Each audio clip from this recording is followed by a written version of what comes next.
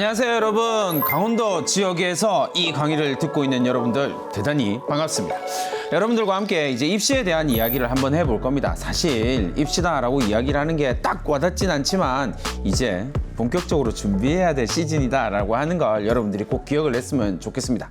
입시라고 하는 건 미리 준비하는 학생이 의미 있는 것들을 손에 쥐게 됩니다. 그래서 현재 입시에서는 정말 전략이라고 이야기를 하는 것들이 매우 중요하다라고 하는 걸 이해를 해야 됩니다. 자, 그렇다면 본격적으로 어떤 이야기를 시작해야 되는지를 선생님과 함께 시작을 해보도록 하겠습니다.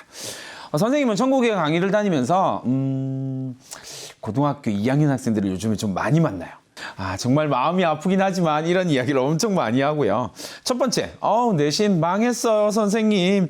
이건 말할 수가 없어요. 망했어요 라고 이야기를 하더라는 거죠. 그 다음에 두 번째 이야기가 뭐냐면 선생님 전 비교과를 정말 안 했더라고요. 전 많이 했다라고 생각했는데 정말 안 했더라고요. 뭐 이런 이야기를 하는 학생들을 좀 많이 만나요. 그리고 공통적으로 이야기를 하는 게 뭐냐면 선생님 이놈 코로나 때문에 내가 놀았어요. 정말 지금 생각해보니까 너무 심각하게 놀았어요. 뭐 이런 이야기들을 한단 말이에요. 그런데 정말 안타깝고 놀랍게도 결론이 어떻게 나오냐면 나는 이제부터 정말 고3인 것 같고 그러니까 난 정말 공부를 해야겠어요 라고 생각해서 나오는 이야기가 뭐냐면 난 정시 파이터 할 겁니다. 이런 이야기들을 조금 많이 하는 편입니다. 아니면 강원도 지역에 있는 학생들은 대부분 아니야, 목표를 좀 낮출래? 라는 이야기들 좀 많이 하죠. 그러니까 선생님이 지금부터 여러분들한테 할 이야기는 된다, 해보자 라고 하는 이야기예요. 그것이 무엇이든 함께 도전을 한번 해보자 라는 이야기를 해볼게요. 그러려면 이제 대입이다라고 이야기를 하는 것, 내가 지금 전략을 세워야 되는데 대입 전략을 세워야 되는데 내가 뭘 준비해야 되지? 라고 하는 것에서 출발한다면 첫 번째는 당연히 대입을 알아야만 합니다. 그냥 들은 거 말고요. 옆에서 막 이래저래 계속 들었던 이야기 말고 내가 나의 입시를 안다라고 하는 건 되게 중요한 거예요. 그래서 대입을 알아야 된다라고 하는데 대입의 전략을 세우기 위해서 대입을 알기 위해서 여러분들이 제일 먼저 해야 될 건 뭐든 트렌드입니다. 맞죠? 그러니까 어떤 트렌드를 가지고 있는지를 파악을 해야 그 트렌드에 맞는 준비를 할 수 있다는 거죠. 자, 첫 번째로 생각해 볼 수 있는 건 2023 입시 트렌드예요. 그러니까 지금 고등학교 3학년 학생들의 입시, 우리 선배들의 입시는 어떤 트렌드를 갖고 있니? 라고 이야기를 하면 내가 경험할 입시도 조금 예측 가능하겠죠. 첫 번째로 생각해 보는 건 여러분들도 너무나 잘 알다시피 N수생이 증가하고 있다는 겁니다. 근데 다만 여기서 N수생의 숫자가 확 늘어난다 이런 것들은 잘 아니에요. 이제는 N수생의 숫자는 대략 한 13만 명 정도로 거의 고정되어 가고 있거든요. 이제 거의 고정값에 가까워집니다. 다만 이 N수생을 구성하고 있는 N수생들의 비율이 문제예요. 상위권 학생들, 그러니까 수능 성적 상위권 학생들의 비중이 1, 2, 3등급의 비중이 점점 높아지고 있다라고 하는 것이 문제가 되는 겁니다. 거기가 포인트다라고 하는 걸 이해를 해두시면 되겠고요. 이렇게 입시에서 수능 성적 상위권 N수생이 늘어나게 되는 이유가 뭐냐면 정시 비율이 증가하게 됐다라고 하는 거, 그리고 교차 지원이 늘어나고 있다라고 하는 부분, 그 다음에 약대 학부 선발도 영향을 미칠 거고요. 그 다음에 공통 선택 과목이라고 하는 현재의 수능 체제도 영향을 미치게 됩니다. 이런 여러 가지 요인 때문에 정시에서 N수생, 특히나 수능 성적 1, 2, 3등급대의 학생들이 유입이 많이 되고 있고 결과적으로 재학생들에게 매우 불리하게 작용을 하고 있다는 걸 이해를 해 주시면 좋겠습니다. 그중에서 내년 여러분들의 입시에 가장 큰 영향을 미칠 게 뭐냐면 바로 계약학과가 증가하고 있다라고 하는 사실입니다. 계약학과의 증가는 현재 대학교를 다니고 있는 어쩔 수 없이 성적에 맞춰서 과를 선택해서 갔던 학생들이 이과에서 내가 조금 가능성, 비전을 발견하기 조금 어려울 것 같은데 라고 생각하고 돌아가는 게 바로 계약학과라고 하는 거예요. 이 계약학과다라고 이야기를 하는 건 화면에서 보는 것처럼 여러 형태의 계약학과가 있는데 중요한 건 이 학과에 들어가면 대체로 졸업할 때 이 기업으로 갈 수 있다라고 하는 장점이 있다는 거죠.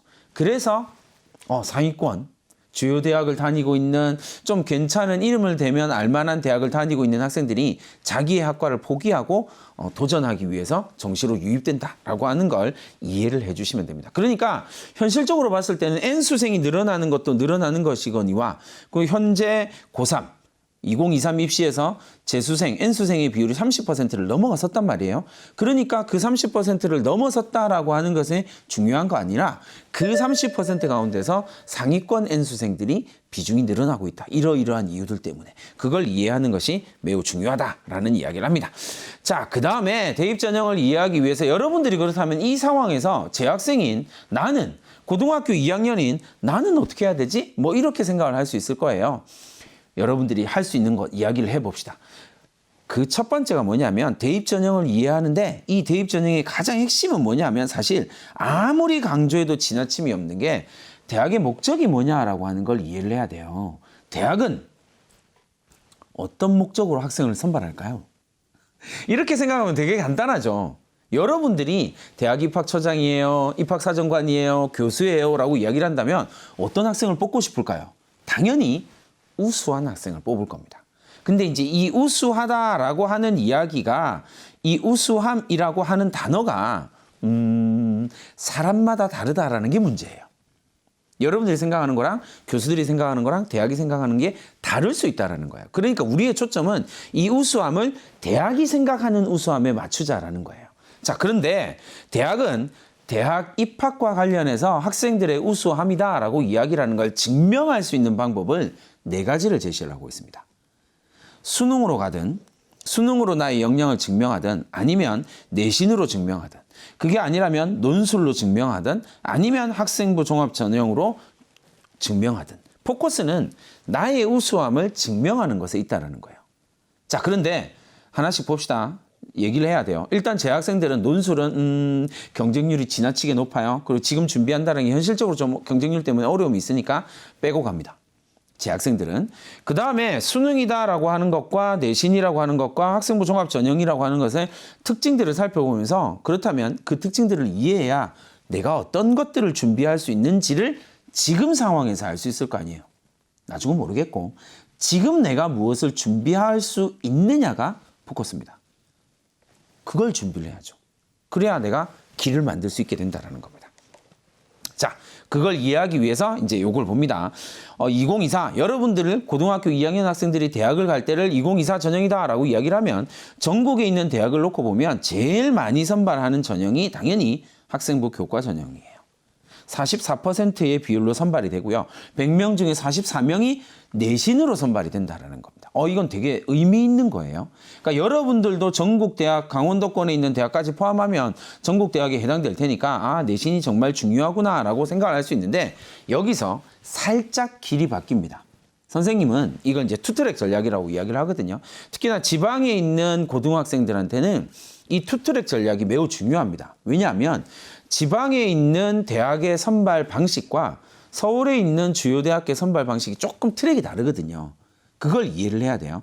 일단 지방에 있는 대학을 먼저 생각을 해보면 강원권에 있는 대학을 생각한다라고 이야기를 하면 뒤에 보면 알겠지만 학생부 교과 전형이 압도적으로 높은 비율을 차지합니다. 그 다음에 학생부 종합 전형 그리고 정시 이렇게 되는 거죠.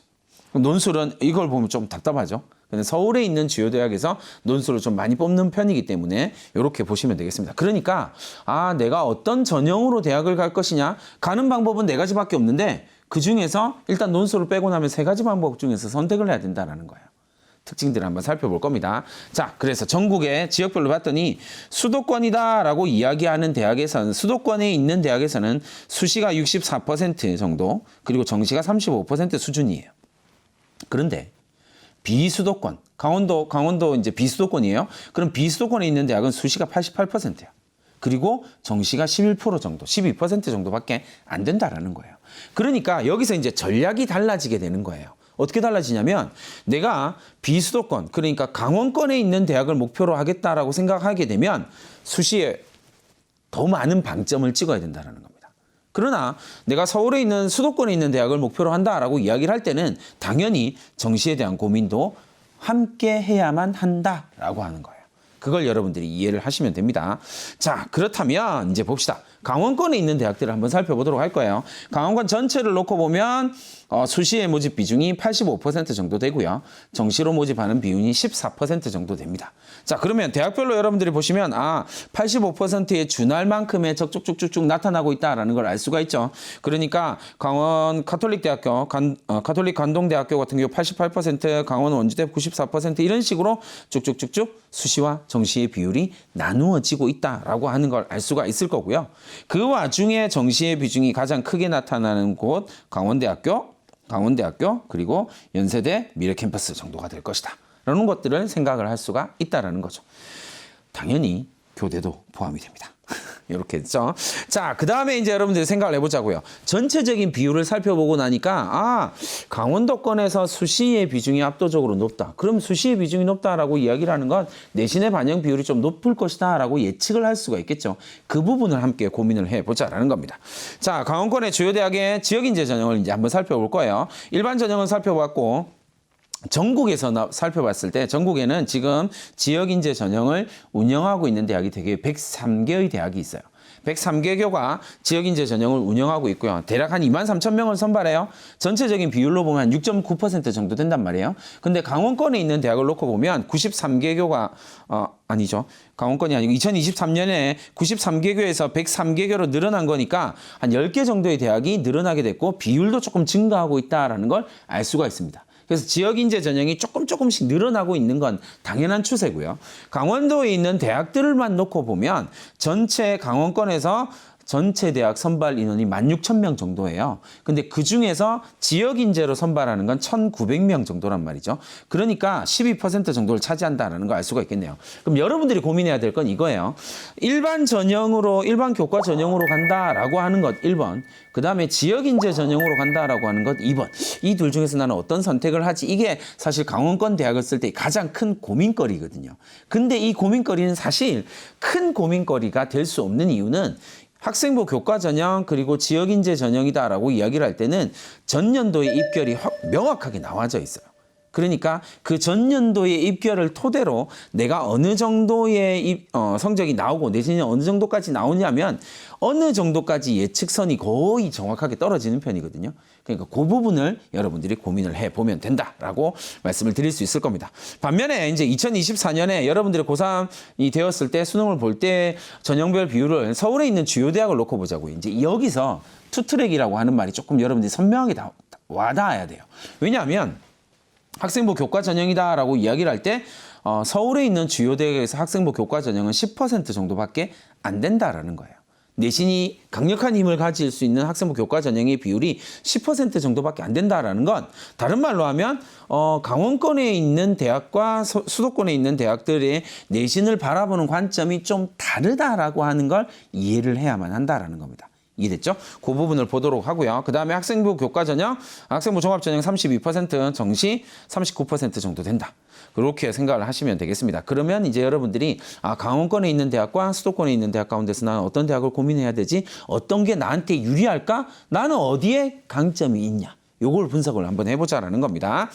자, 이제 서울에 있는 주요 대학도 한번 봐야죠. 전체적으로 봤더니 수시 선발 비율이 강원권에 있는 대학과 확실하게 차이가 난다라는 걸 알 수가 있겠죠.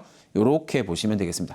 85% 정도 수준에서 강원권 대학이 수시에 결정되고 있다면 서울에 있는 주요 대학 같은 경우는 50% 후반, 중후반에서 결정되고 있다라고 하는 걸 확인할 수가 있겠네요. 자, 마지막으로 이제 강원권에 있는 대학의 수능 최저의 적용 비율을 전형별로 살펴봅니다. 학생부 교과 전형에서 수능 최저 학력 기준을 적용하는 비율은 20% 정도가 되고요. 그 다음에 학생부 종합 전형에서는 8.9% 정도 됩니다. 그 다음에 논술은 연세대 미래 100% 반영을 하고 있고요. 이렇게 딱 놓고 보면 학생부 교과 전형에서도 수능 최저 학력 기준을 반영하지 않는 강원권 대학이 많다라는 사실을 알 수가 있겠죠. 그렇다면 이제 여러분들이 고민해야 될 건 이거다, 그죠? 내가 내신으로 어느 정도 수준이고 이 내신을 가지고 2학년 모의고사 지금 학평밖에 안 봤으니까 2학년 학평에서 어느 정도 성적이 나와서 수능 최저 학력 기준이 달성이 되냐 안 되냐를 확인을 하는 과정이 반드시 필요합니다. 다만 이것이 좀 더 선명하고 정확하게 떨어지기 위해서는 여러분들이 11월 달에 보는 학평의 성적이 실제로 수능 성적과 문과이과 조금 다르긴 한데 대체로 1.5등급 정도 차이 난다라고 보시면 돼요. 그러면 계산이 되나? 이게 정말 어려울 거거든요. 그러니까 내가 11월 학평에서 치는 국어, 수학, 내신에서 대략 한 1.5나 1.2 정도 더하면 수능 성적이 나올 가능성이 높다라는 거예요. 평균적으로 봤을 때는 그렇게 나오거든요. 그렇게 했을 때 수능 최저학력 기준을 맞출 수 있냐 없냐가 관건이 되는 거예요. 그 방향을 잡고 고민을 해야 돼요. 그냥 단순히 실제로 여러분들이 이제 고등학교 3학년이 되고 지금 이제 입시에 대한 고민들을 가지고 고등학교 3학년이 되었을 때 제일 많이 하는 실수가 뭐냐면 내가 2학년 때 학평을 기준으로 내가 수능 최저학력 기준을 달성할 수 있어 라고 생각하고 전략을 짜기 때문에 실패를 좀 많이 하는 거거든요. 그러니까 그 부분을 확실하게 정리를 해 두셔야 됩니다. 자, 그 다음에 이제 차근차근 하나씩 살펴보자고요. 학생부 교과 전형으로 넘어갑니다. 학생부 교과 전형이다라고 이야기를 할 때는 일단 서울에 있는 주요 대학의 학생부 교과 전형 먼저부터 봅니다. 트랙 자체가 두 개로 나누어진다라고 이야기했습니다. 난 서울에 있는 주요 대학을 갈 겁니다. 나는 강원권에 있는 괜찮은 대학을 갈 겁니다. 이 두 가지를 놓고 고민을 하는 거예요. 첫 번째, 서울에 있는 주요 대학을 보시면 학생부 교과 전형으로 선발하는 방식의 가장 독특한 부분이 뭐냐면요. 여기 건국대학교, 경희대학교, 고려대학교, 그리고 동국대학교, 그리고 성균관대학교 진로 과목의 정성평가 20% 반영하는 것까지. 이렇게 놓고 보면 학생부 교과 전형에서 서류를 반영하기 시작했다는 겁니다. 이전까지의 학생부 교과 전형에서는 서울에 있는 주요 대학 학생부 교과 전형에서는 학생부 교과 성적으로 선발, 수능 최저학력 걸고 면접 걸고 이렇게 가는 게 거의 대부분의 트렌드였거든요. 그런데 이거 다 없애면서 이제 서류를 집어넣고 있는 거예요. 여기서의 서류다라고 이야기를 하는 건 일반적으로 여러분들이 생각하는 경희대학교 케이스가 가장 대표적이니까 경희대학교에서는 이 서류 반영하는 방법을 뭐라고 부르냐면 교과 종합평가라고 이야기를 해요. 교과 종합평가입니다. 어디서 많이 듣던 말이네요. 학생부 종합평가에 대한 이야기예요. 그걸 대부분의 대학이 좀 축소해서 반영을 하거든요. 그러니까 학생부 전체를 보기보다는 학생부의 일부분을 반영한다라고 생각하시면 돼요. 평가의 방법도 좀 단순화시킵니다. 어쨌든 그렇게 해서 서류를 30%, 20%씩 반영하기 시작했다는 거예요. 그런데 여기서 문제가 되는 건 뭐냐면 직윤이다라고 이야기하거나 아니면 학교 추천, 학교장 추천이다라고 이야기를 하면 학교에서 추천받아서 온 학생들의 내신의 수준은 비슷할 수밖에 없다는 거예요. 그러니까 내신이 비슷한 상태니까 서류가 결정적인 역할을 할 수밖에 없는 거죠. 그러니까 사실은 새로운 형태의 전형이 생긴 거라고 생각하시면 돼요. 학생부의 내신 성적을 정량적으로 반영하는 학종이 생긴 것이다라고 이해를 하시면 됩니다. 이게 이제 일반적으로는 예전에 여러분들이 2, 3년 전에 서울대 직윤 스타일하고 똑같은 거거든요. 그러니까 서울에 있는 주요 대학은 이렇게 학생부 교과 전형이 변형되고 있다, 변형되고 있는 중이다. 이렇게 이해를 해 주시면 좋을 것 같고요. 반면에 이제 강원권에 있는 대학을 한번 살펴보도록 하겠습니다. 강원권에 있는 대학은 되게 단순합니다. 학생부를 그냥 100% 있는 대로 다 반영합니다. 그러니까 이렇게 생각을 하시면 되겠죠. 그 다음에 특별한 경우가 아닌 한은 수능 최저학력 기준이 없다라고 이야기했습니다.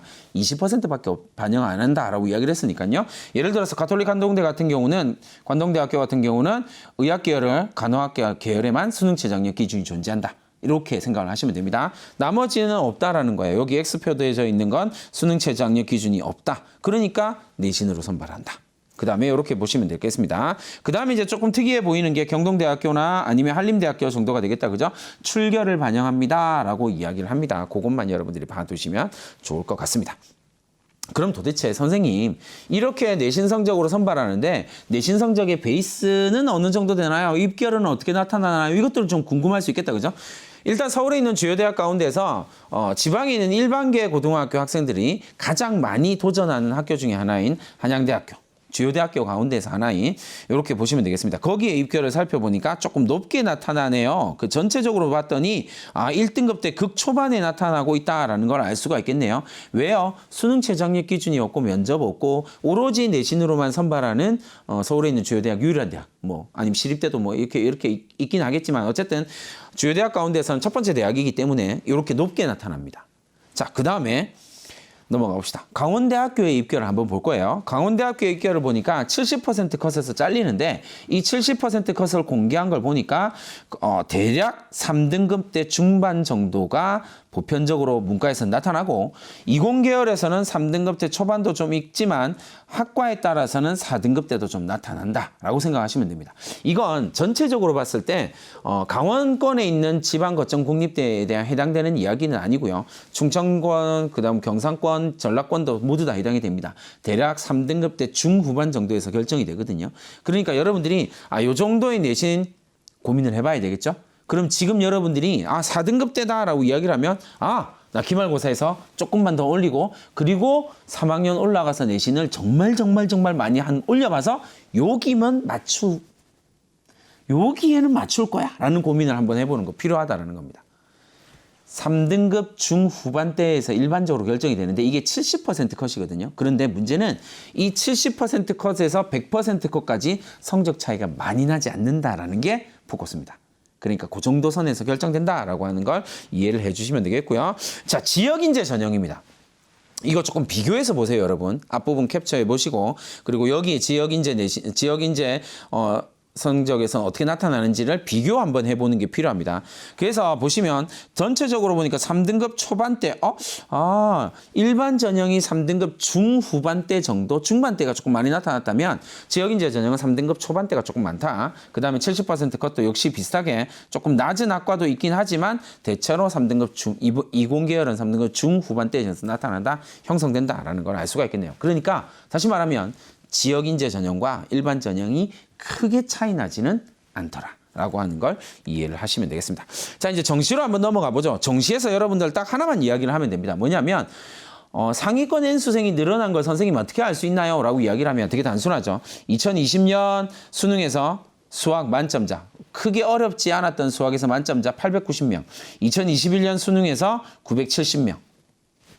근데 전년도 수능, 2022학년도 수능 되게 어려웠거든요. 수학 엄청 어려웠다고 막 불수능이라고 난리가 났어요. 평가원이 오만 욕을 다 먹었던 그 수능에서 수학 만점자 2,700명이요. 상위권 N수생이 유입되고 있다는 사실을 확인할 수 있는 거죠. 딱 하나예요, 여러분. 나 수학 자신 있어. 그런데 진로가 고민돼. 나 수능 다시 도전. 이게 트렌드거든요, 지금의. 그러니까 이 2,700명이 해결이 돼야 된다는 거죠. 상위권 N수생이 그렇게 몰려들고 있다는 걸 이해를 하셔야 됩니다. 그러니까 여러분들의 성적이 생각만큼 수능에서 올라가는 게 현실적으로 조금 어려움이 있을 것이다. 방법은 딱 하나 있어요. 선생님이 지방을 돌아다니면서 학생을 만날 때마다 뭐라고 그러냐면 제발 목숨 걸고 공부한다고 생각하고 공부하자. 이 얘기 되게 많이 하거든요. 왜? 진짜 상위권 N수생들은 진짜 그렇게 공부하거든요. 하루에 15시간, 16시간. 그럼 여러분들한테 묻습니다. 몇 시간 공부해요? 이러면 이제 여러분들이 저랑 눈을 안 마주치시더라고요. 자, 실제로 그런지 한번 봅시다. 2021 수능의 점수를 살펴봤더니 국어에서 한 10점 정도, 표준 점수가 한 10점 정도 차이 나고요. 그 다음에 수학에서도 한 9점 정도 차이가 납니다. 그러니까 실제로는 이렇게 차이 나는 성적을 둘이 합쳤더니 표준 점수가 20점이 차이 나더라는 거예요. 이 표준 점수, 수능에서 표준 점수 20점이라고 하는 건 재수생들이 서울대 스카이라인을 쓴다라고 가정을 하면 재학생들이 건대라인을 쓴다라는 것 정도 되거든요. 그게 표준 점수 20점 차이예요. 그러니까 고민을 해야죠. 정말 차이가 많이 나는구나. 그러니까 지금 당장 여러분들이 수능을 준비해야 되겠다라고 생각하는 거 선생님 찬성합니다. 선생님 정시를 준비한다라고 하는 것에서 반대하지 않거든요. 다만 조건은 하나예요. 여러분들이 그만큼 공부를 해야 돼요. 공부하지 않는데 말만 수능 준비할 겁니다가 제일 나빠요. 그게 제일 나쁜 거거든요. 그러니까 이 강의를 들을 정도의 학생이라면 선생님은 그런 학생은 없을 거라고 생각합니다. 그렇다면 정시를 준비하는 것, 완전 각오를 해서 정시를 준비하는 거 찬성합니다. 근데 다만 다른 더 좋은 방법이 있을 수도 있다라는 게 선생님의 이야기예요. 자, 이제 이걸 소재지별로 봅니다. 수능이다라고 이야기를 하는 게 수능이라고 하는 시험이 소재지별로 봤을 때 제일 심각한 문제를 만들어내는 건 수학이에요. 그러니까 수학과를 딱 보시면 수학과형 지금까지 나온 통계 자료는 아직까지는 2022가 안 나왔으니까 2021 보시면 수학과형에서 점수 차이가 정말 많이 난다라는 걸 알 수가 있겠죠. 대도시냐 중소도시냐 읍면지역이냐에 따라서 표준 점수가 심각하게 차이가 납니다. 그러니까 이건 지역별로 엄청난 차이가 난다라고 하는 전제에서 출발하는 시험이거든요. 그러니까 여러분도 고민해야 돼요. 이걸 어느 정도까지 내가 극복해 갈 수 있을까? 극복하는 방법은 선생님 하나밖에 없다고 했습니다. 하루 15시간 공부해요. 그것 말고는 사실 극복 방법이 없어요. 안타깝게도. 그러니까 그 부분에 대한 고민을 해봅시다. 자, 이제 정시 입결을 한번 볼 거예요. 그럼 선생님 도대체 어느 정도 대학 갈 수 있나요? 라고 이야기를 하면 서울에 있는 주요 대학에서 건국대학교라고 이야기를 하면 표준 70% 컷이에요. 100명이 합격했다면 그중에서 70번째 학생의 성적을 보는 겁니다. 100분위로 최종 합격한 학생들의 100분위 성적이 86%예요. 그러니까 100점 만점에 수능에서 86점을 받은 학생이 건국대학교를 정시로 가게 된다. 라고 하는 걸 이해를 하시면 됩니다. 반면에 이제 강원도권에 있는 대학 보자고요. 한림대 가군 나군, 강원대 가군 나군을 보시면 조금 독특한 형태가 나타나긴 하지만 요 정도 선에서 형성된다라고 하는 걸 알 수가 있을 겁니다. 그러니까 나군은 70점대, 한림대 같은 경우는 가군은 46점대에서 나타나고 있다. 100분위로 봤을 때는요. 이렇게 여러분 생각하시면 되겠습니다. 이거 조금 이제 대학마다 반영하는 점수가 다르다라는 건 여러분 아시죠? 주요 대학 같은 경우는 표준 점수 그리고 탐구에 대한 변환 표준 점수로 반영을 하고요. 그리고 중위권 대학부터 이제 100분위를 반영을 하게 되거든요. 그래서 그 부분을 여러분들이 이해하시고 내가 이 대학에서 요 정도의 100분위가 나오려면 어느 정도까지 공부해야 될 것인가? 요게 포커스입니다. 요걸 여러분들이 잘 기억을 하셔야 된다라는 겁니다. 자, 요렇게 하면 정시에 대한 이야기까지 마무리가 됐습니다. 대신 지금 당장 뭔가를 해결하는 건 쉽지 않습니다. 맞죠? 1학년, 2학년 때 여러분들이 만들어 놓은 내신이 있으니까. 다만 그럼에도 불구하고 여러분들의 현재 내신에서 3학년 1학기의 내신을 합했을 때 어느 정도까지 끌어올릴 수 있는지에 대한 고민을 하시라는 겁니다. 다만 이 전략은 나빠요.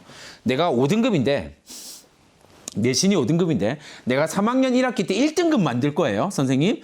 그래서 제가 평균으로 봐서 한 3등급 만들어서 내가 원하는 대학 갈 겁니다. 이건 현실적인 전략이 될 수가 없습니다. 아시겠죠? 그런 전략은 세우나 마나한 전략이에요. 그러니까 그런 전략 반대. 현실적인 대안으로 만들어주세요. 그렇다면 이렇게 생각하시면 됩니다. 수능과 정시는 공통적으로 나타나는 게 하나 있는데 그게 뭐냐면 객관식 역량이에요. 이 객관식 역량은 반드시 단기간에 올라가지 않습니다. 그러니까 지금부터 시작한다라고 생각하면 한 학기 정도 시간 걸린다라고 생각하셔야 되거든요.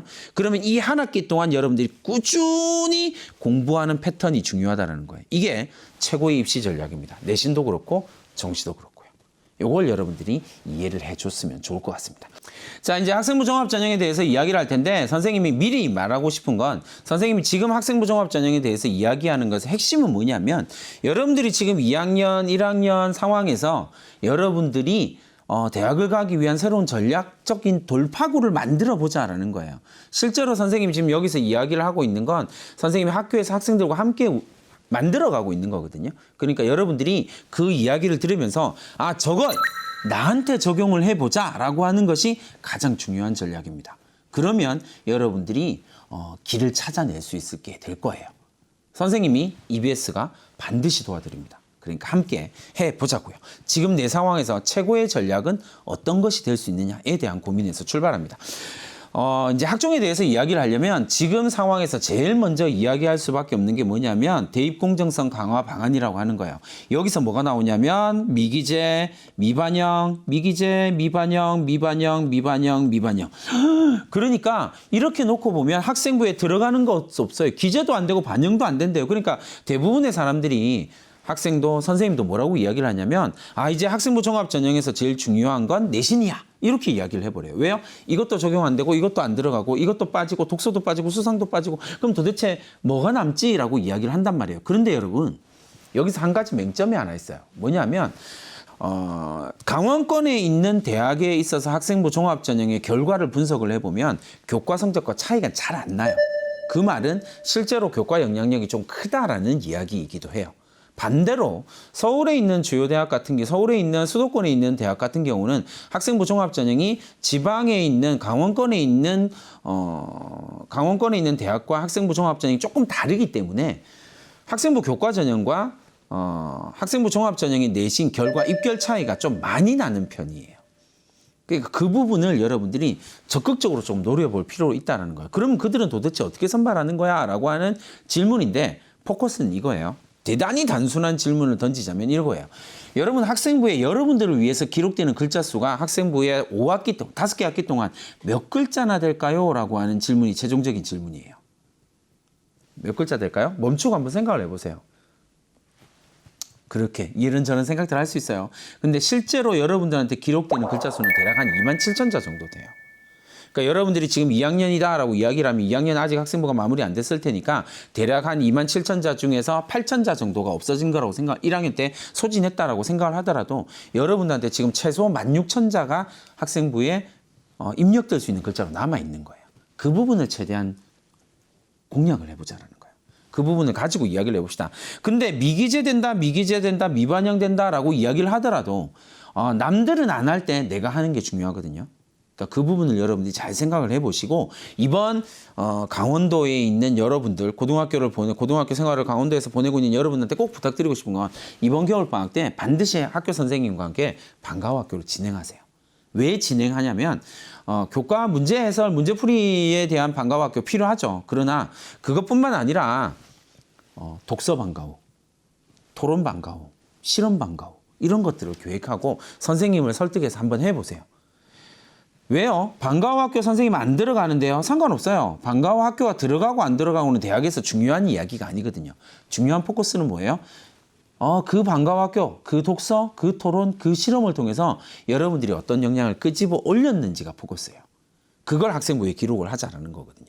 그러니까 그 부분을 가지고 이야기를 한번 해보도록 할게요.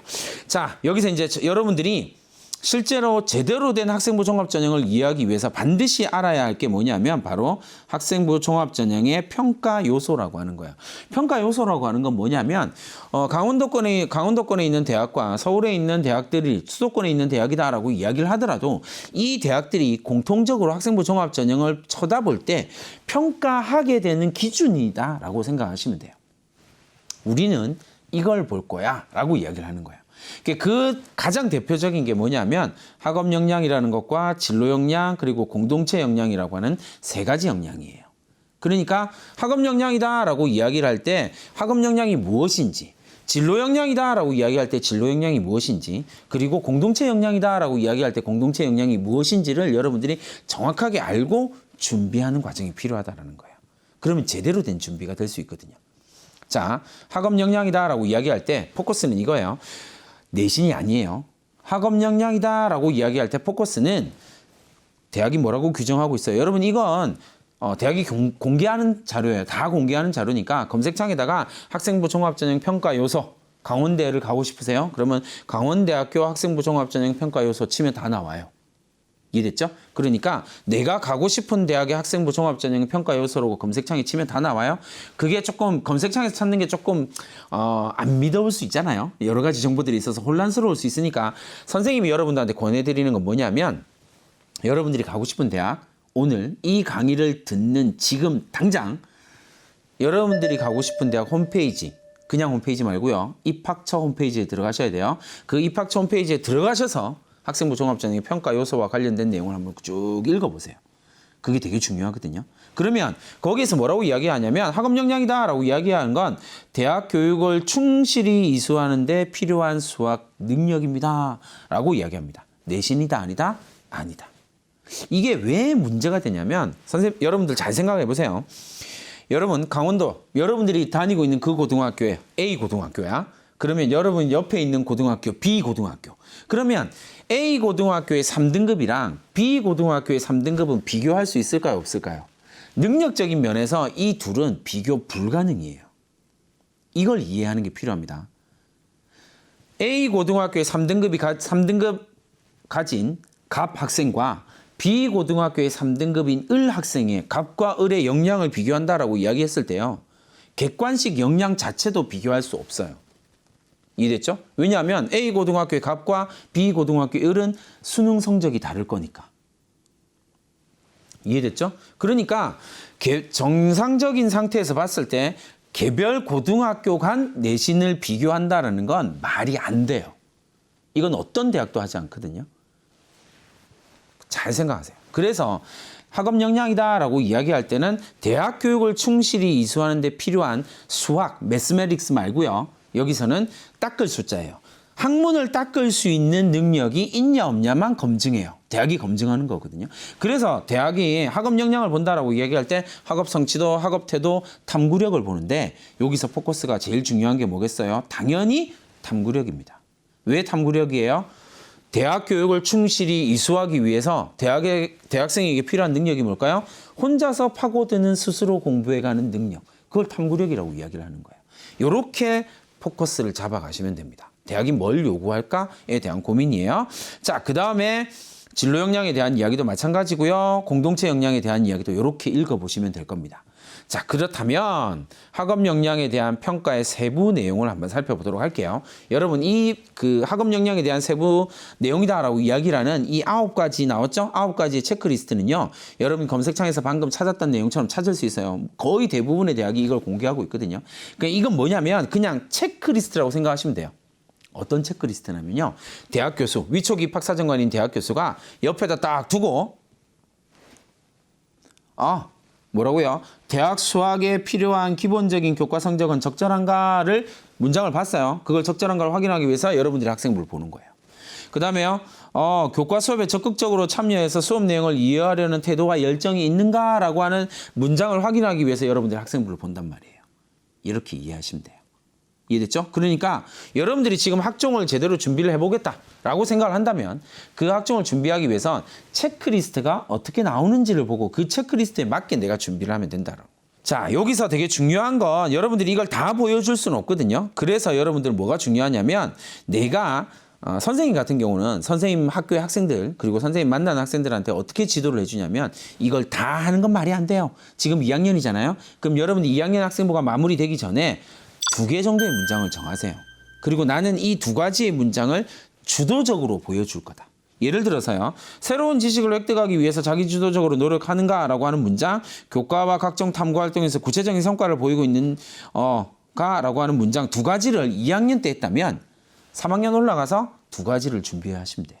선생님 같은 경우는 올해 선생님 학교 학생들은 이걸 했어요. 교과와 각종 탐구 활동 등을 통해서 지식을 확장하려고 노력하는가라고 이야기를 해요. 올해 선생님 학교에서 학생부를 구성을 할 때 학생부 교과 세트 그리고 비교과를 구성할 때 제일 중요하게 생각했던 거거든요. 그렇다면 여기서 지식의 확장이다라고 이야기했으니까 제일 중요한 단어가 뭘까요?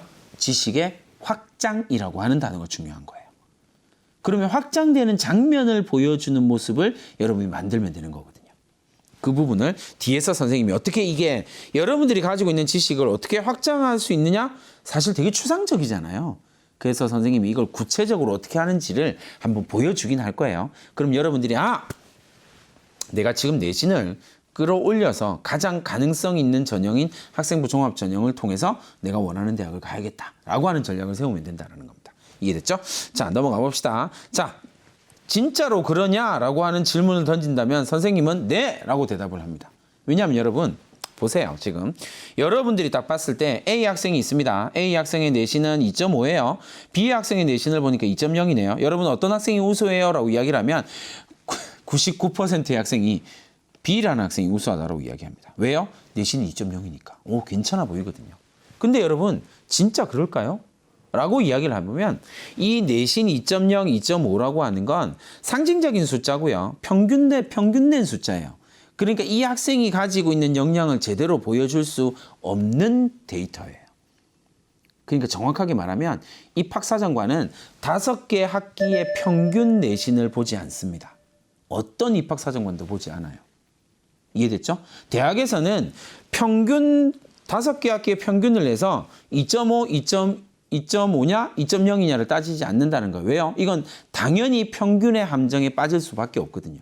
왜 이렇게 얘기를 하냐면 그래프를 보시면 돼요. 이건 실제 학생이에요. 선생님이 지도한 선생님 학교에 있는 실제 학생입니다. A 학생을 볼게요. 대략 3.8의 내신에서 출발해서요. 끝날 때 3학년 끝날 때 1.5로 끝났어요. 여러분 이게 쉬울까요? 절대로요. 진짜 어려워요. 그럼 이 학생은 A 학생은 얼마나 공부를 열심히 했을까요? 선생님이 여러분들한테 던지는 도전이기도 해요. 여러분 진짜 공부 한번 해보자고요. 안 되는데 우리 학교에서 내신을 못 올려요. 근데 수능에서 성적을 어떻게 올려요? 그럼 거의 불가능한 이야기를 하고 있는 거예요. 그러니까 이 학생을 보자고요. 이 학생을 보니까 1학년 때 3.8의 내신에서 출발해서 이 3학년 때 내신을 끌어올려서 1.5를 만들었어요. 평균을 내니까 얼마야? 2.5요. 그런데 B 학생을 보니까 1학년 때 1등급에서 3학년 때 3등급, 2.8 정도 등급 나왔거든요. 그래서 보니까 2.0이에요. 자, 이 그래프를 봤어요. 그럼 여러분 어떤 학생이 좀 더 우수하다고 내가 입학사정관이건 대학 교수다라고 이야기하면 어떤 학생을 뽑고 싶을까요? 당연히 A 학생이 되겠죠. 이게 학종이에요. 그러니까 여러분들이 지금 당장 내신이 6등급, 7등급, 뭐 5등급, 4등급이라고 해서 절망할 필요가 없다라는 거예요. 충분히 뭐만 하면 돼요? 3학년 1학기 때 내신을 끌어올리는 장면만 보여줘도 내가 새로운 결심을 했다, 새로운 변화를 보여줬다라고 증명할 수 있는 거예요. 그때부터. 그러면 그때부터 변한 거니까 대학은 어떻게 생각할까요? 그 이전에는 변화하기 전이니까 덜 보고 변화한 이후의 학생을 보겠죠. 그래야 성장 가능성이 보이게 될 테니까. 그렇게 판단하는 거라고 생각하시면 됩니다. 자, 2015 개정 교육과정이에요. 학생이 과목을 선택을 할 수 있습니다. 그러니까 선택 과목의 조합만 놓고 보면 지금 고등학교 2학년 학생들은 대략 한 816개 정도의 조합이 나오거든요. 그럼 816개의 조합을 각 고등학교에서 비교한다? 내신을 비교한다? 말도 안 되는 소리예요. 그러니까 선택 과목을 봤을 때 이 선택 과목, 이 내신을 봤을 때 이 내신이 나오게 되는 여러 가지 이유가 있단 말이에요. 진짜 말도 안 되는 것 다양하게 쳐다봐야 이 2.5가 분석이 돼요. 이 A 학생은요, 고려대를 간 학생이에요. 자, 보세요. 1학년 때 수학 5등급, 2학년 때 수학 4등급, 3학년 때 수학 3등급이에요. 그러고 고대를 간 거예요. 자, 그 다음 생각해 봅시다. 그랬는데 이 학생이요, 예를 들어서 이게 A 학생 말고 다른 학생을 이야기해 봅시다. 이과 학생을 이야기를 한번 해볼게요. 이과 학생에서 확률과 통계를 선택해서 1등급을 받은 학생이랑 미적분을 선택해서 2등급을 받은 학생, 우리가 누가 더 우수하다라고 생각할 수밖에 없어요? 미적분 2등급이 우수해요. 그럼 여러분 생각해 보세요. 나는 상위권 주요 대학을 가기 위해서 내가 생각하는 좀 괜찮은 대학, 내가 정말 꿈에도 그리는 그 대학을 가기 위해서 조금 어려운 과목을 선택하기를 원하는 그 대학이 조금 어려운 과목을 선택하기 원하기 때문에 내가 조금 어려운 과목들을 선택했어요. 물투 선택했고 화투 선택했어요. 난 공대를 가고 싶으니까. 근데 물투, 화투가 3등급을 받았어요. 그런데 물원, 지원, 화원, 생원 선택한 학생들이 1등급을 받았어요. 생각해 보세요. 대학의 입장에서는 어떤 학생이 좀 더 괜찮다라고 평가할 수 있을까요? 투를 선택해서 3등급을 받은 학생, 그리고 원만 선택해서 1등급을 받은 학생. 이거에 대한 고민인 거예요. 그래야 그런 것들이 제대로 들어가야 이 내신이 정확하게 평가가 되는 거라고요. 그러니까 그런 고민들을 가지고 난 내신이 안 돼서 안 되겠어. 이런 생각 제발 하지 말자고요. 왜냐하면 여러분들한테 조금 그런 이야기이긴 하지만 나중에 그래프를 보면서 설명할 거예요. 대략 모든 이제 수도권에 있는 대학들을 이렇게 쭉 살펴보면 70% 컷까지가 대략 3등급 3.0 정도로 끝나요. 그럼 다른 말로 하면 3점대, 3.0에서 3.1, 3.2, 3.4 이렇게 해서 4점대, 5점대까지가 학생들이 나온다라는 거예요. 30% 정도 수준에서요. 근데 여러분들이 이제 이걸 주요 대학으로 끌어올리게 된다라고 이야기를 하면 뭐 영재고, 과고, 외고 막 이렇게 이야기하거든요. 그 대학 다 합쳐봐야 그 학교에서 15% 넘기 힘들어요. 그러니까 현실적으로 자율형 사립고뿐만 아니라 일반계 고등학교 학생들도 그 정도 내신에서 자신의 능력을 증명한 학생들도 가더라는 거예요. 그걸 여러분들이 이해를 해야 됩니다. 그러면 내가 제대로 된 준비만 하면 갈 수 있겠네. 5.1인데 서울시립대를 갔어요. 6점대인데 건국대를 갔어요. 그게 왜 가능할까요? 자기를 증명했으니까요. 그죠? 그걸 한번 따라가 보자라는 겁니다. 자, 학생부 평가를 한다라고 이야기했을 때 지금 학생부 평가는 이게 되게 중요합니다. 여러분 9월달, 10월달에 뭘 했냐면 고등학교에서 3학년 올라갈 때 선택 과목들을 선택을 했을 거예요. 그 선택 과목에 대한 평가가 이루어지게 된다라고 하는 것. 자, 그 다음에 앞에서 제가 선생님이 이야기했던 것처럼 2015 개정 교육과정에서 선택 과목이 늘어나면서 교과 내신을 반영하는 비율은 낮아질 수밖에 없습니다. 왜냐하면 선택 과목이 다 다르고 그 다른 선택 과목들에서 내신을 비교하는 게 힘들기 때문에 미적분, 확률과 통계, 그죠? 미적분, 기하, 물원, 물투 이런 것들을 비교하는 게 현실적으로 어렵기 때문에 교과 선택의 반영 비율은 낮아질 수밖에 없는 거고요. 그 다음에 그렇다면 뭐가 높아질 수밖에 없어요? 교과 활동이죠. 비교과는 어차피 우리가 앞에 살펴봤던 것처럼 학생부에서 줄어드는 분량 자체, 입력 분량 자체가 줄어들고 있으니까. 그렇다면 내가 교과에서 어떤 활동을 했느냐가 포커스라는 거야. 그 교과에서 나의 우수함을 증명해내야 됩니다. 그걸 여러분들이 기억을 해두시면 좋겠고요. 자, 선택 과목에 대한 학종의 평가를 한다라고 이야기할 때 여러분 잘 보시면 이 표를 볼 때 포커스가 뭐냐면 이렇게 보세요, 여러분. 여기는 요 전체가 입학사정관들이 볼 때 핵심이 뭐냐면 이 전체가 학교예요, 학교. 그러니까 학교에서 개설된 모든 교육과정이 입학사정관 교수 눈에 보이는 거야. 그 다음에 빨간색으로 되어 있는 부분이 뭐냐면 여러분, 이 학생이 선택한 과목이에요. 그러니까 예를 들어서 경제학과 경영학과를 가겠다라고 하는 학생이 딱 봤더니 경제 수학이 개설되어져 있는데 선택했네? 그러면 긍정적인 평가를 받는 거예요. 그런데 경제를 선택한 학생이 분명히 편제표상에는, 학교 편제표상에는 경제가 개설되어 있는데 선택을 안 했어. 그러면 선택하지 않은 이유에 대해서 평가하겠다는 겁니다. 그 부분을 이해를 해줘야 됩니다.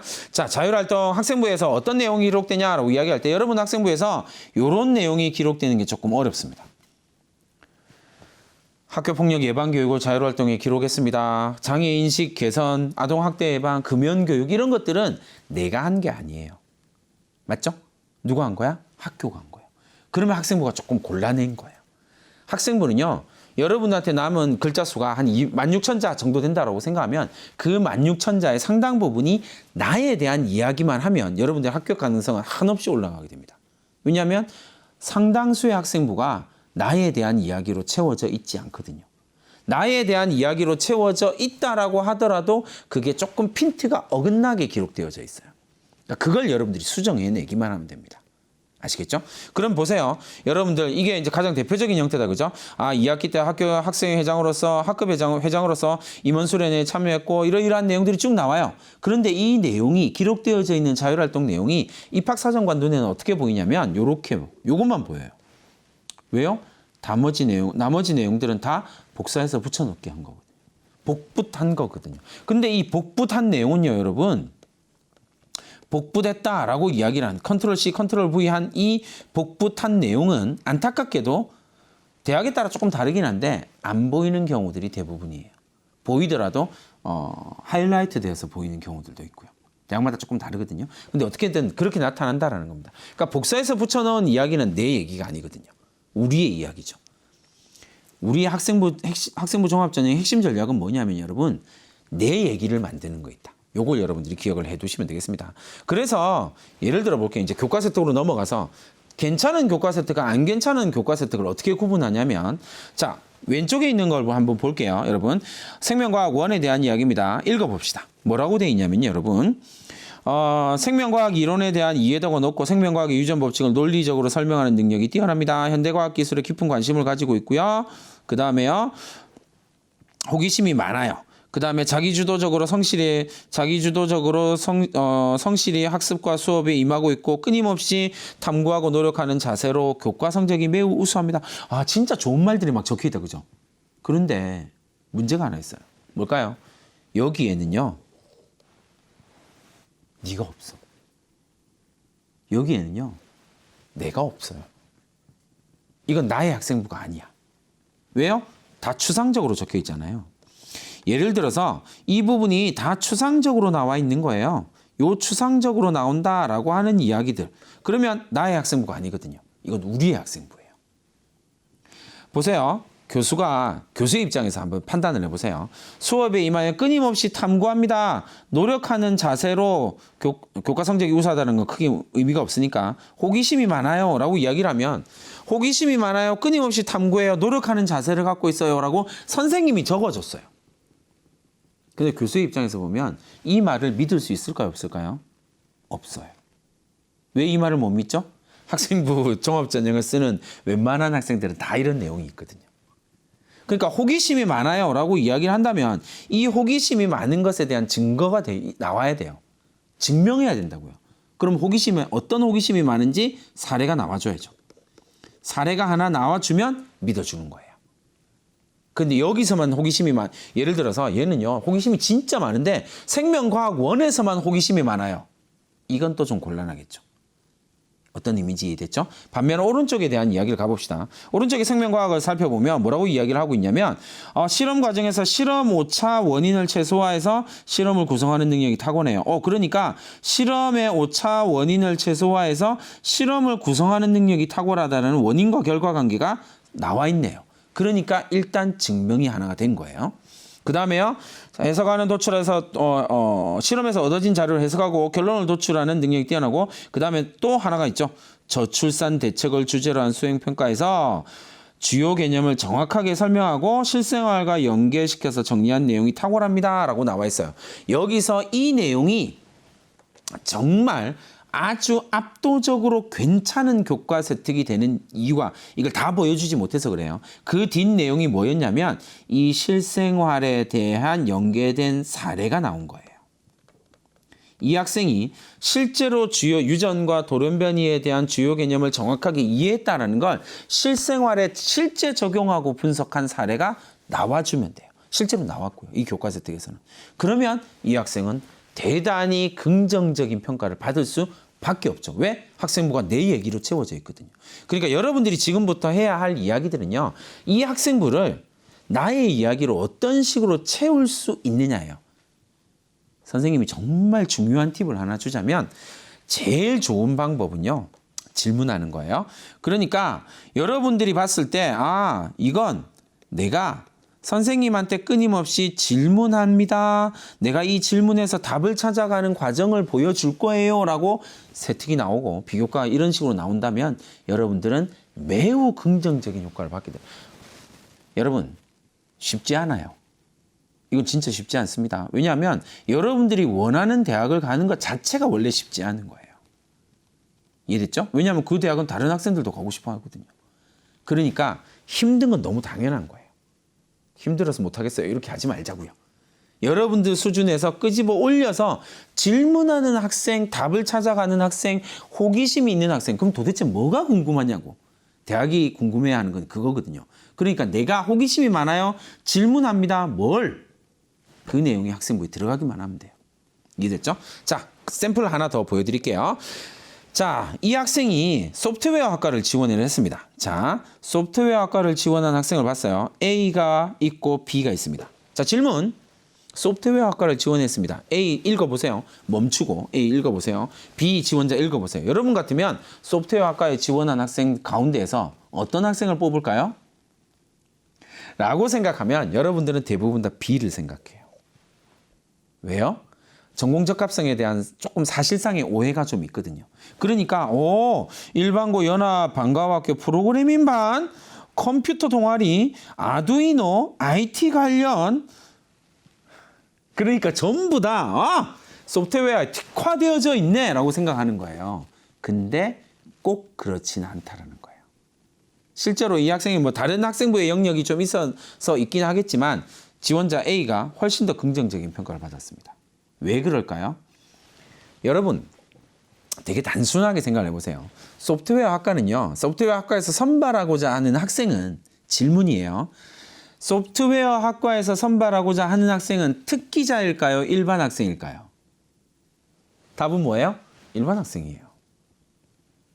아두이노를 잘하고 컴퓨터 동아리 활동하고 IT 정말 난 프로그래밍 능력이 탁월합니다 라고 이야기를 하는 학생은 뭘로 뽑아요? 특기자 전형으로 뽑아요. 소프트웨어 특기자 전형으로요. 그러니까 소프트웨어 학과에서 뽑고 싶은 건 그런 스킬적인 측면이 아니에요. 뭐예요? 이 학생이 진짜 이 소프트웨어 학과에 올 만큼 수학적인 능력이 탁월하냐? 과학적인 능력이 탁월하냐? 아니면 알고리즘에 대한 이해도가 탁월하냐? 이런 것들을 학생부에서 증명하는 거예요. 그러니까 여기에서 정보교과에 대한 이야기, 물리에 대한 이야기, 교내 인문학 토론에 대한 이야기도 나오는 거예요. 왜 교내 인문학 토론에 대한 이야기를 할까요? 소프트웨어에 대한 이야기들을 하면서 이 소프트웨어 학과에서 코딩을 한다라고 이야기할 때 제일 포커스가 되는 건요. 새로운 방식으로 접근하는 거예요. 그래서 이 인문학 캠프에서 창의력을 끄집어낸 학생은 매우 긍정적인 평가를 받게 되어져 있어요. 이해됐죠? 그러니까 단순하게 내가 비교과 활동 안 했어요. 선생님 전 전공적 제일 많이 듣는 말 가운데 하나요. 전 전공적 합성이 부족해요. 아니에요. 여러분들이 생각하는 그 전공적 합성 그런 거 아니에요. 아시겠죠? 그러니까 A 학생이 좀 더 긍정적인 평가를 받았다. 물론 둘 다 괜찮은 학생이에요. 반드시 B로 가거나 반드시 A로 해야 된다라는 이야기를 하고 있는 게 아니에요. 우리가 학생부 종합전형을 접근할 때 이런 계열적 합성으로 접근을 하면 충분히 설득력 있는 이야기들을 만들어낼 수 있다는 거예요. 그렇죠? 그러니까 전공과 관련된 활동이 적어서 이거 변명거리가 아니라는 거예요. 이해됐죠? 자, 이렇게 여러분 생각하시면 되겠고요. 이렇게 이야기를 하고 나면 제일 많이 듣는 말이 이 말이에요. 지방에 선생님 강원도 지역이 일반고 고등학교 학생이에요. 우리 학교는 그런 거 안 해요. 아니에요, 여러분. 대부분의 대학이 대부분의 고등학교가 그런 거 안 해요. 그러면 내가 그 노력을 포커스는요. 그 고등학교가 그걸 한다 안 한다가 아니에요. 포커스는 그런 고등학교 상황에서 내가 뭘 하고 있냐. 대학이 보는 건 그거거든요. 입학사정관님, 교수님, 전 진짜 이 힘든 와중에서 이 한 주를, 이 교과서 특히 이 한 주를 만들어내기 위해서 진짜 열심히 노력했어요. 그러면 돋보이는 한 줄이 나오거든요. 그걸로 우수한 평가를 받는 거예요. 이해됐죠? 그걸 여러분들이 꼭 기억해 두시고요. 이것과 관련된 학생부 핵심 전략이다라고 이야기하는 게 이게 사고의 확장 과정이다라고 생각하시면 돼요. 내가 과학 실험을 했다면 이 과학 실험이 동아리에서도 활용이 될 거고 당연히요. 수업 시간에도 당연히 활동될 거예요. 독서에도 활용이 될 거고요. 진로 활동에도 활용이 될 거예요. 이걸 이해를 하세요. 여러분들의 가장 본질적인 문제점 가운데 하나가 뭐냐면 여러분들은 A를 배우면 A에 자꾸 국한시켜요. A와 B와 C가 연결이 잘 안 돼요. 그러니까 선생님이 학생들을 지도할 때 제일 많이 포커스를 잡는 거거든요. 아니야. 이 개념을 너 수학에서 뭐라고 이야기하는지 알아? 찾아봐. 비슷한 거 있어. 지식을 넘기는 거예요. 자꾸 이거 이제 조금 어려운 말로 하면 여러분이 갖고 있는 지식의 외연이라고 하거든요. 껍데기요. 그 껍데기를 아주 말랑말랑하게 만들기만 하면 돼요. 왜냐하면 이 개념은 다른 곳에서도 사용되거든요. 그러면 내가 이 개념을 다른 곳에서 찾아내면 대학이 뭐라고 하냐면 지식을 확장시키고 있구나. 이 지식의 확장에 제일 주도적인 역할을 하는 게 뭐냐면 독서예요. 그 간접 경험이 여러분들의 지식을 무궁무진하게 확장시켜 줄 거거든요. 그래서 교과서 혜택을 꼭 독서 베이스로 교과서 혜택을 만들어야 돼요. 그걸 여러분들이 기억을 해주시면 좋겠습니다. 자, 학생부 종합전형 교과 등급 분포입니다. 그러니까 학생부 종합전형으로 합격하는 동국대예요. 2.8입니다. 쉽지 않죠. 근데 방금 선생님이 앞에서 이야기했던 것처럼 여기까지 딱 끊고 나면 여기까지가 한 70% 정도 된다라는 거예요. 그런데 3등급, 4등급 때부터 15%가 나옵니다. 그러니까 3.1 뭐 이렇게 해서 시작하는 학생부터 15%, 7.7 뭐 이렇게 하면 25% 정도가 나오게 되네요. 안 된다라고 생각하지 말고요. 이 가능성을 찾아보자고요. 자, 그래서 하나 더 갖고 왔습니다. 학생부의 종합전형의 합격자의 교과 등급 분포와 학교 활동 간의 상관관계를 본 거예요.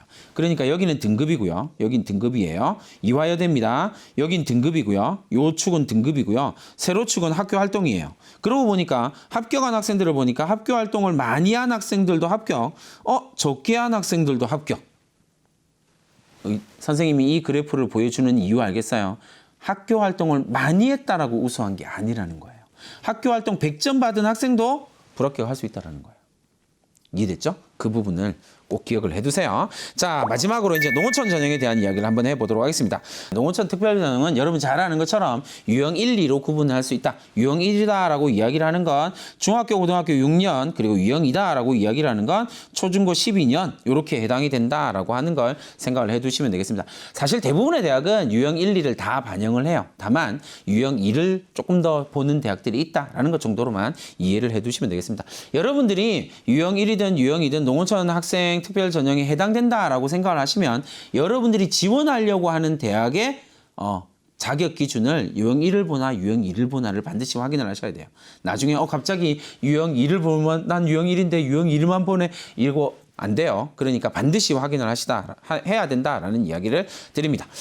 농어촌 학생 특별 전형은 요 근래의 트렌드 상으로는 서울권에 있는 대학은 정시 선발 인원이 조금 늘어나고 있어요. 정시 선발로 이동을 하고 있거든요. 그러니까 수시로 선발하고 있던 농어촌 학생 특별 전형을 정시로 이동하고 있다. 서울대, 연대 일부 그리고 뭐 건국대 정도에서 점점 정시로 이동하고 있는 트렌드가 계속 나타나고 있다라는 걸 이해를 하시면 되겠고요. 그러니까 서울권에 있는 대학을 내가 농어촌으로 가겠다, 전형으로 가겠다라고 하면 정시 준비를 해야 되겠죠. 당연히 정시 모집을 준비를 해야 된다. 수능 준비를 해야 된다. 수능 준비 어떻게 한다고 했어요? 하루 15시간은 공부를 해야 된다. 반드시요. 지금 그만큼 안 하고 있죠? 바꾸세요. 생활 패턴 자체를 반드시 바꾸셔야 됩니다. 자, 농어촌 특별 전형의 서울 수시를 살펴봅니다. 이런 대학들이 쭉 있다라고 하는 거고요. 요건 그냥 숫자로 조금 숫자가 많은 대학들을 주로 보여드리는 거예요. 그다음에 건국대학교는 좀 독특해서 집어넣은 거고요. 서류 70에 학생부 30을 보고 있고 대부분의 대학은 그냥 서류 100%를 본다. 수시는 이렇게 정리를 할 수 있을 것 같고요. 강원권에서 이야기를 할 때는 포커스가 되는 건 뭐냐면요, 여러분. 교과도 있고 종합도 있다라고. 교과도 있고 종합도 있고 이렇게 있는데 대체로 교과구나. 역시 마찬가지로 숫자가 조금 많은 대학들을 주로 살펴봤고요. 학생부 100이거나 서류 100으로 나타나게 된다라는 걸 이해를 해두시면 되겠습니다. 자, 농어촌 학생 특별 전형 정시입니다. 서울권에 있는 대학에서는 이렇게 선발을 하고 있고요. 뒤에 있는 숫자는 선발 인원이에요. 요 정도의 규모로 선발하고 있구나라고 하는 건데 실제로 이 정도의 인원을 선발한다라고 했을 때 학과별로 나누면 그렇게 많은 인원은 선발을 하지는 않습니다. 대부분이 입결이 안 나올 만큼 적은 인원은 선발을 해요. 그래서 그걸 여러분들이 참고를 해 두시면 되겠고요. 그 다음에 농어촌 학생 특별 전형이 입결이 나올 수 있는 학과들을 이제 숫자들을 보면 이 정도 숫자들이 조금 많이 뽑는 대학들이죠. 실제로 학과에서 많이 뽑는 학과들이에요. 그래서 건국대학교 종합전형으로 보시면 전기전자공에서 2.43, 그 다음에 경영에서 2.7인데 여기 옆에 있는 건 일반 전형으로 선발되는, 일반 종합전형으로 선발되는 비율이 내신 70% 컷이에요. 그러니까 2.43, 2.32 별 차이 안 나는데 이과에서는 별 차이 안 나는데 문과에서는 조금 심하게 차이 나는 과들이 존재한다라는 거. 그러니까 입결을 여러분들이 비교해서 볼 필요는 있다라고 하는 것. 그 다음에 강원대학교 같은 경우는 평균으로 본 거예요. 그래서 4.06, 3.38, 3.81 이렇게 보고 있으니까 전체적인 평균으로 봤을 때는 조금 농어촌 학생 특별 전형으로 선발하는 게 조금 더 낮은 것이 일반적이다라고 하는 걸 이해하시면 되겠습니다. 자, 이렇게 해서 선생님과 함께 전체적인 입시에 대한 트렌드와 전형별 특징들에 대해서 살펴봤습니다. 여러분, 어떤 도전을 한다고 하더라도 지금 상태를 바꾸는 것이 대단히 중요합니다. 새로운 도전을 하기 위해서는 여러분들의 삶의 패턴이 반드시 바뀌어야 됩니다. 그것이 학생부 교과든 정시든 아니면 학종이든. 여러분들이 새로운 생활 패턴으로 여러분들의 성공하는 도전이 반드시 만들어질 거라고 믿습니다. 선생님과 EBS가 열렬히 여러분들을 응원하도록 하겠습니다. 파이팅!